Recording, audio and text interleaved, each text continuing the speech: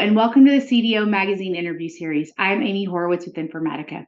Today, I have the pleasure of talking with Wendy Janssen. Wendy is the Global Director and Head of Strategic Revenue Management Analytics at Mars. You're responsible for this purview, if you will. Talk to me a little bit about how the perception of data governance has it changed at Mars. As you know, most time governance, when you hear the word governance, people think block, no, not doing it, it's a roadblock. How have you changed the perception of data governance from being a roadblock to really being an enabler, being that I want you to take that data, I can't live without the data, the governed data? How have you done that? The way we try to engage people is to bring them into the process, right? From day one. It's on the one hand, they want to be heard. They want to ensure that we understand what their problems and their challenges are. And then in that sort of partnership, that connection, that chat, that conversation we have with them, you kind of bring them in and show them and teach them the value and the beauty that data can kind of bring them, right?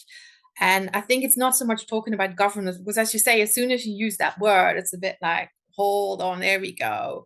But it's using it on this flip side. It's like, okay, this is your problem. Do you know that by using the data in XYZ way, we can actually enable you to achieve what you're trying to go after in a faster way, in a better way, and whatever they're trying to go after. Yeah, I think you're enabling the business to go to market faster. And I think I love that. Thank you for sharing.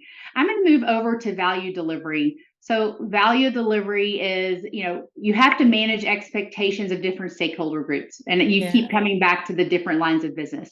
Any best practices that you want to share on communicating and educating various groups of the value of data and analytics? Yeah, it feels like in this field you're doing that day in, day out, isn't it? And I think I work with people on the ground who day to day need to run their business and do their jobs, as well as sort of senior leaders who need to support the whole thing. So when we sort of build a solution or start to engage with the business, as I mentioned already, we're talking them from day one, right? So if there is a business problem, someone comes up, we're going to have a chat with them, right? It's kind of, we run, as we call it, the design thinking session, really to kind of get to the crux of the problem. And not just from the point of the user who would do it day in, day out, but we would also speak to other functions that have a connection. We speak to the senior leaders to hear their voice, right? So they already from day one start to get involved in this whole process. And then when we actually get to the execution of it and kind of building the solution, also there, we're not just disappearing behind the scenes. It's built in a very agile kind of way, where we have the business involved in, well, nearly every meeting, or depending who it is in the business, more often than not. So they get involved with gathering the data, understanding the data. What are the challenges? Why can't we not do certain things that they might want us to do, right? So they build that understanding there already a little bit. And then when you actually get to sort of the outcomes, when we run a model or something and the outcomes come in, and then it becomes really real for them. And you see their eyes lighting up and kind of being excited about it. Question the thing to death, because, it's all a bit strange and not quite sure, but that's when you have their engagement. And for me, that's almost like the teaching moment, right? You bring them along the journey. They're engaged, they want to learn, they're really open. And then a lot of time, a build of such a solution is not done in a couple of weeks. It's kind of a number of months, depending on how big the project is. And within that, we have then set up sort of steering committees and steering groups as well, where we get the senior leaderships in, right? So we, at that point, bring them into the mix and we show initial results with them so they get excited as well.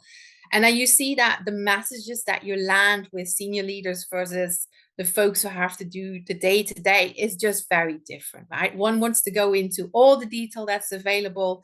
The other one is more looking like, okay, this is great. So what do I need to do next, kind of thing? And you tailor that message to engage them and to bring them the insights that are relevant for them. And then, yeah, I get a lot of kind of excitement from it, because you see that people start to engage, and they want more. And yeah, it's good fun. I think that light bulb moment is something we all want to see when they see that and grasp that. That's great. One more question for you, Wendy. So we're seeing more CDOs take ownership of actual analytics and AI. Does it make Yes. it easier, in your opinion, to deliver tangible business value?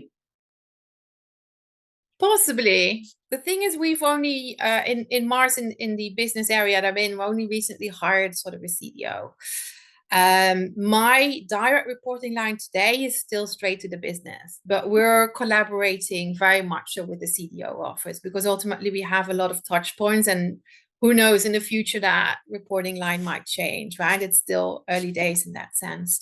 But to be honest, I'm not sure if the reporting line or anything makes that much of a difference. I think it's all about sort of the partnerships you build. And in Mars, we have what we call our sort of 5 principles, which are around quality, responsibility, mutuality, efficiency, and freedom. And that needs to come to play, right? So, as I say, it almost doesn't matter where you sit in the organization. If you think about mutuality, for example, you want to do something that benefits both parties or multiple parties and whatever.